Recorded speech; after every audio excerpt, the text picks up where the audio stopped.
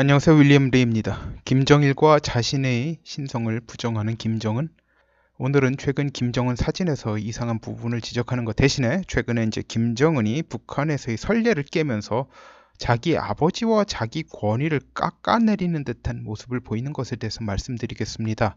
다른 나라 같으면 권위를 깎아내린다고까지 할 수 없는 행동이지만 북한의 정치는 최고 지도자를 신성시하는 신정 정치라고 해도 과언이 아니므로 북한이 지금까지 전례로 봐선 상당히 이례적인 일들이 이제 두 가지가 최근에 발생했습니다.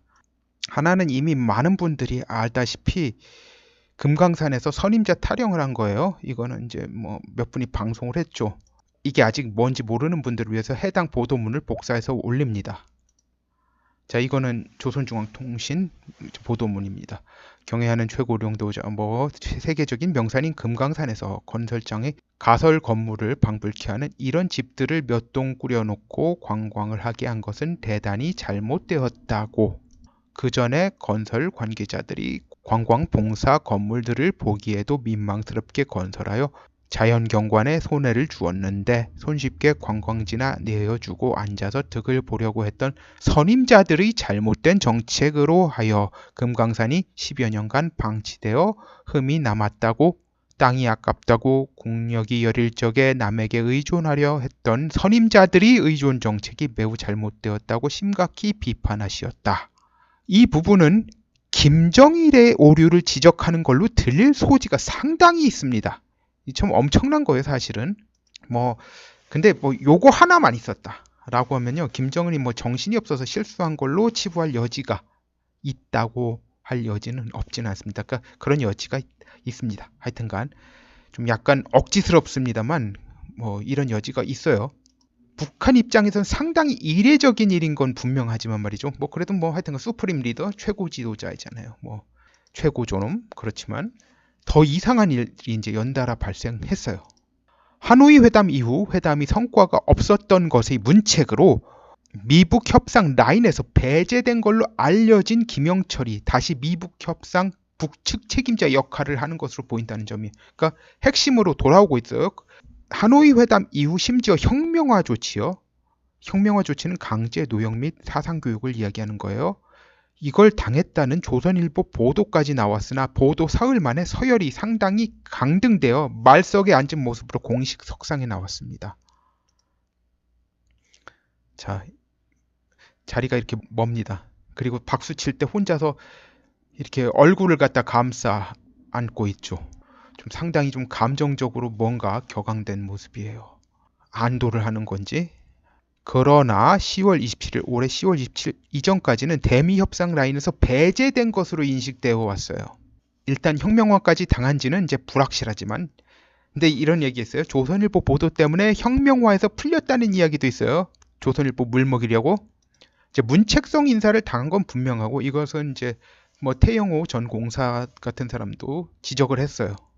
그리고 북한에서 이런 문책성 인사를 당한 뒤에 이 정도로 빨리 문책당한 사안의 일을 다시 맡는 경우는 전례가 없다고 합니다. 조선 아시아 태평양 평화위원회 위원장 명의로 10월 27일 대미 담화를 발표했고 조선중앙통신 등에 보도되었습니다. 이 내용은 이거예요. 조선 아시아 태평양 평화위원회 위원장 담화. 최근 미국이 우리의 인내심과 아량을 오판하면서 대조선 적대시 정책에 더욱 발광적으로 매달리고 있다. 이제 너무 길어서 중략하고 마지막 부분 말씀드리겠습니다. 미국이 자기 대통령과 우리 국무위원회 위원장과의 개인적 친분 관계를 내세워 시간 끌기를 하면서 이 해마를 무난히 넘겨보려고 생각한다면 그것은 어리석은 망상이다. 나는 영원한 적도 영원한 벗도 없다는 외교적 명구가 영원한 적은 있어도 영원한 친구는 없다는 격언으로 바뀌지 않기를 바란다. 좀 상당히 강하죠. 김영철은 이제 아까 그 사진에서 보이는 행사에서 호명된 12명 중 10번째로 호명되었는데 당 서열이나 이런 모든 서열에서 상당한 강등이 있었음을 보여주고 있습니다. 북한 당국은 김영철을 비롯한 하노이 협상팀에 대해 대대적인 검열 숙청을 진행한 것으로 알려졌습니다. 김영철이 자아 비판을 잘해서 복권이 빨라졌을 수도 있다는 탈북자 이야기도 있지만 그렇다고 원래 책임을 물었던 사안의 핵심을 이렇게 빨리 복귀하는 것은 참으로 의아한 일입니다. 뭐 자유민주국가에서는 혁명화 조치 같은 건 없지만 일단 인사 조치가 된 뒤에 해당 인물이 귀책 사유가 없다고 확정되고 복직하는데 시간이 걸리는 게 보통인데 말이죠. 그리고 여기서 김영철이 책임질 일이 없다고 하게 되면 김정은의 권위는 그만큼 실추되는 겁니다. 사실 김정은의 오판으로 상황이 그리 된 것이지만 김영철이 이제 책임자로서 스케이프가 이제 희생양으로서 김정은 책임을 대신하는 의미가 있는데 이렇게 김영철이 대미 협상의 핵심적 역할에 빨리 복귀하면요 희생양으로서의 의미는 없다고 봐야죠. 김정은이 스스로의 권위를 깎은 거나 마찬가지입니다. 김영철이 영어를 잘한다는 소리 들은 것도 아니고요. 그렇다고 외교 협상가도 아닌 작전 전문가인 군인인데 반드시 그 자리에 김영철이 필요하다고 하면 이해가 되지 않죠. 뭐 강석주나 한성열 같이 그 사람들은 베테랑 직업 외교관인데다가 영어도 엄청 잘하고요. 한성열은 참 지금 노동교화소에서 풀려났다는 이야기를 못 들었습니다. 한성열은 트럼프가 트릭 쓰고 있다고 김정은한테 이야기했다가 오히려 노동교화소 간 사람입니다. 북한 나름의 충신인데요. 충원하다가 이제 결국은 이제 노동교화소에서 이제 뭐 나오면 최소한 몸이 상당히 많이 망가져서 나올 수밖에 없다고 합니다. 하여튼 그런 곳에 갔어요. 김영철 이전에 이제 빨리 복권된 유일한 케이스가 이제 최룡해인데요. 최의 경우에는 이제 김정은의 멘토링 담당자였습니다. 일종의 사부 역할을 한 사람이었고요. 어떻게 보면 준 김씨 일가입니다. 김씨 왕조 로얄 패밀리에 이제 속하는 사람이나 마찬가지예요. 준으로 준. 거기에 준하는 사람이에요. 그래서 그런 특권을 인정받을 여지가 있었습니다만 김영철의 경우는 도저히 그 정도가 아니죠. 게다가 얼마 전에는 이제 김계관 북한 외무성 고문까지 미국을 압박하는 담화를 발표하게 했는데요. 김계관의 경우에는 2016년 5월 이후에 외교 일선에서 옆으로 물러난 사람입니다. 외무성에서 나온 사람이에요. 뭐 무슨 외교위원회 뭐 그런 데서 일을 합니다만 결국은 외무성 있는 사람도 아니에요. 그런데 정작 하노이 회담 실패 문책에서 벗어났다고 알려진 북한의 외무상인 리용호에 대한 소식은 이게 고작이에요.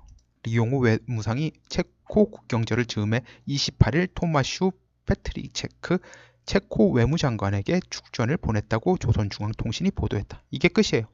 김정은이 아무리 기분 내키는 대로 통치를 한다고 하지만 이건 정말 이해하기 어려운 상황입니다. 리용호의 경우에는요, 이제 올해 9월 초 왕위의 방북 이후에 공식 석상의 모습을 드러내지 않고 있습니다. 외무상이 은둔자가 된 형국입니다.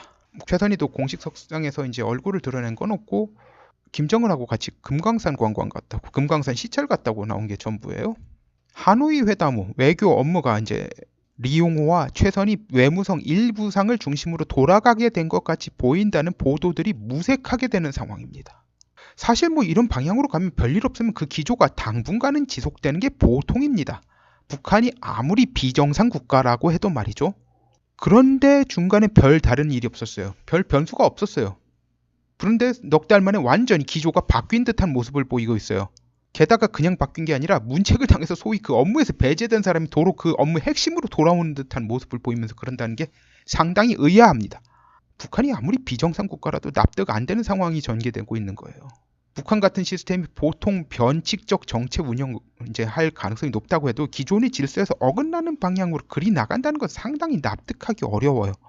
사람들이 보통 김정은이 나이가 젊어서 모험적인 조치를 취할 수 있는 것 아니냐 할 여지도 있습니다만 보통 지금 같은 국가 존립의 위기 상황에서 상대를 혼란시키려고 내부의 안정성을 흔들 수 있는 방향으로 가지는 않거든요. 그리고요, 김정은 나름대로는 기존의 체제의 유지에서 벗어나려고 한다는 모습은 전혀 보인 바가 없습니다.